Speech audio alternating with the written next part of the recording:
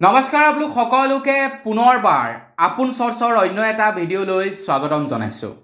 আমাৰ অসমত যদি কাৰোবাৰ তিনিটা প্ৰজন্ম একেৰাহে আছে তেন্তে তেওঁলোকক এতিয়া অসম চৰকাৰে মাৰানাস্ত্ৰৰ লাইসেন্স প্ৰদান কৰিব, মানে বন্দুকৰ লাইসেন্স প্ৰদান কৰিব যদিহে আপোনালোকৰ তিনিটা প্ৰজন্ম অসমতে আছে। অসম চৰকাৰৰ ফালৰ পৰা আপোনালোক সকলোৰে বাবে এইটো এটা বিৰাটেই মানে ভাল নিৰ্দেশনা জাৰি কৰিছে। ভাল বেয়া সেই সম্পৰ্কে নাজানো, কিন্তু অসম চৰকাৰে কৈছে যে যাৰ যাৰ তিনিটা প্ৰজন্ম আমাৰ অসমত আছে তেওঁলোকে মাৰানাস্ত্ৰ মানে বন্দুকৰ বাবে লাইসেন্স লাভ কৰিব, সেল্ফ ডিফেন্সৰ বাবে বন্দুকৰ বাবে লাইসেন্স লাভ কৰিব বুলি জনাইছে। তো মন্ত্ৰী হিমন্ত বিশ্ব শৰ্মাদেৱে যিদৰে নেকি সহজত কৈ দিলে যে সবকে লাইসেন্স দিব যাৰ যাৰ তিনিটা প্ৰজন্ম আছে, ঠিক হয়তো চাগে তেনেধৰণৰ সহজো নহ'ব, কিন্তু দিব বুলি কৈছে।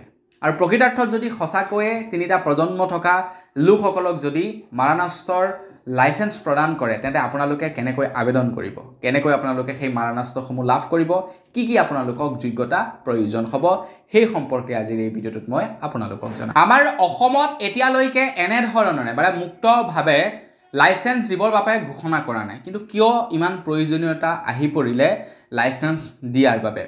অসমৰ মুখ্যমন্ত্ৰী ডক্টৰ হিমন্ত বিশ্ব শৰ্মাদেৱে কৈছে যে যিবিলাক নেকি স্পৰ্শকাতৰ এৰিয়া, যিবিলাকত নেকি আপোনাৰ মানে আমাৰ খিলঞ্জীয়া মানুহবিলাকৰ প্ৰতি ভাবুকি আহিছে, সেই অঞ্চলবিলাকত বন্দুকৰ লাইসেন্স প্ৰদান কৰিব বুলি কৈছে। এতিয়া টাউন এৰিয়াত দিবনে নিদিব সেই সম্পৰ্কে নাজানো, কিন্তু যিবিলাক নেকি সীমামূৰীয়া এৰিয়া আছে, সীমামূৰীয়া এৰিয়াসমূহত কিন্তু বন্দুকৰ লাইসেন্স নিদিয়ে। যেনে হৈ গ'ল অৰুণাচলৰ সীমান্ত, নাগালেণ্ডৰ সীমান্ত, এই সীমান্তসমূহত বন্দুকৰ লাইসেন্স নিদিয়ে। কিন্তু যিবিলাক জেগাত নেকি খিলঞ্জীয়াৰ প্ৰতি ভাবুকি আহিছে, খিলঞ্জীয়া সংখ্যালঘু হৈ গৈছে, সেই জেগাবিলাকত লাইসেন্স প্ৰদান কৰিব বুলি জনাইছে, যাতে নিজকে সুৰক্ষা প্ৰদান কৰিব পাৰে, যাতে আমাৰ অসমৰ খিলঞ্জীয়া মানুহবিলাকে নিজকে সুৰক্ষিত অনুভৱ কৰিব পাৰে। তো তাৰ বাবে বন্দুক প্ৰদান কৰিব বুলি জনাইছে।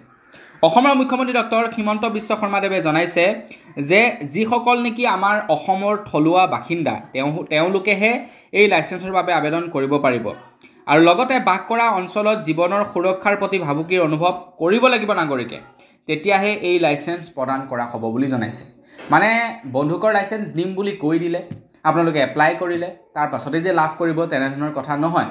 আপোনালোকে লাইসেন্সৰ কাৰণে আবেদন কৰিব, আবেদন কৰাৰ পাছত ভেৰিফাই হ'ব, ভেৰিফাই হোৱাৰ পাছত ঢেৰ কিবা প্ৰচেছ আছে, সেই প্ৰচেছসমূহ পাৰ কৰাৰ পাছতহে আপোনালোকে এখন বন্দুকৰ লাইসেন্স লাভ কৰিব। তাকো সেয়া সেল্ফ ডিফেন্সৰ কাৰণে, এনেই যাকে তাকে মাৰিবৰ কাৰণে নহয়।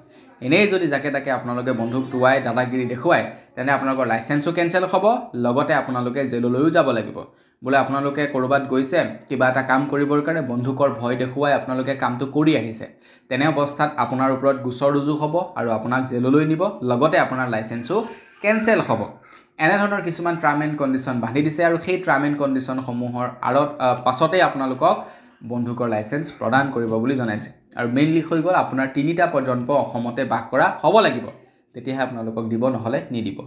তো বন্ধু বান্ধৱীসকল, বন্দুকৰ লাইসেন্সক লৈ বহু লোকে বৰ্তমান মানে জানিবৰ বাবে ইচ্ছা কৰি আছিলে, সেইবাবে ভিডিঅ'টো আপোনালোকক জনালোঁ। যদি ভাল পালে খবৰটোৰ বিষয়ে জানি কমেণ্ট এটা কৰি জনাই থৈ যাব, লাইক এটা কৰিব, চেনেলটো ছাবস্ক্ৰাইব কৰা নাই ছাবস্ক্ৰাইবটো কৰি ল'ব। পুনৰ এটা লগ পোৱাৰ খাতিৰত বিদায় মাগিছোঁ। ধন্যবাদ। জয় অসম।